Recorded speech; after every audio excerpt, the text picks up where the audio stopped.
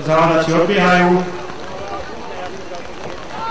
A v tejto chvíli bola odstartovaná cena Planet Form na 5. kategórii na 1600 metrov pre trojročné a staršie kone o 30 000 slovenských korún so všetkými 10 aktérmi. Kone už sú prvýkrát pri ktorých cieľa a v čele je Čaba. Ďalej potom Fiordiligi a Orkus. Táto trojica bieha na prvých miestach do oblúka za cieľom.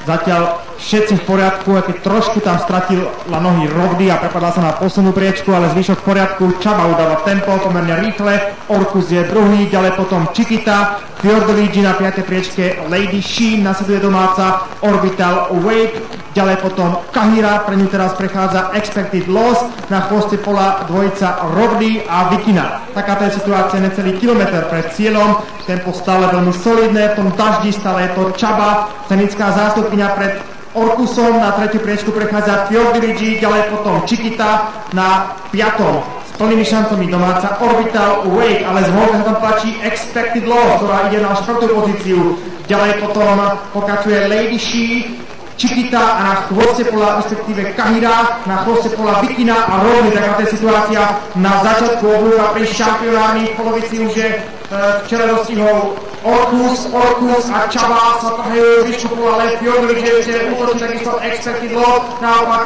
Orbital Wake sa prepadá a už nevyhrá. Záverečník 300 metrov, konec sú vo finále, pri bariére je to ešte Čaba, ale zvonka útočí Orkus a takisto Expected Loss. Záverečník 100 metrov, vyzerá to veľmi dobre pre Orkusa. Orkus si beží možno pre prvenstvo.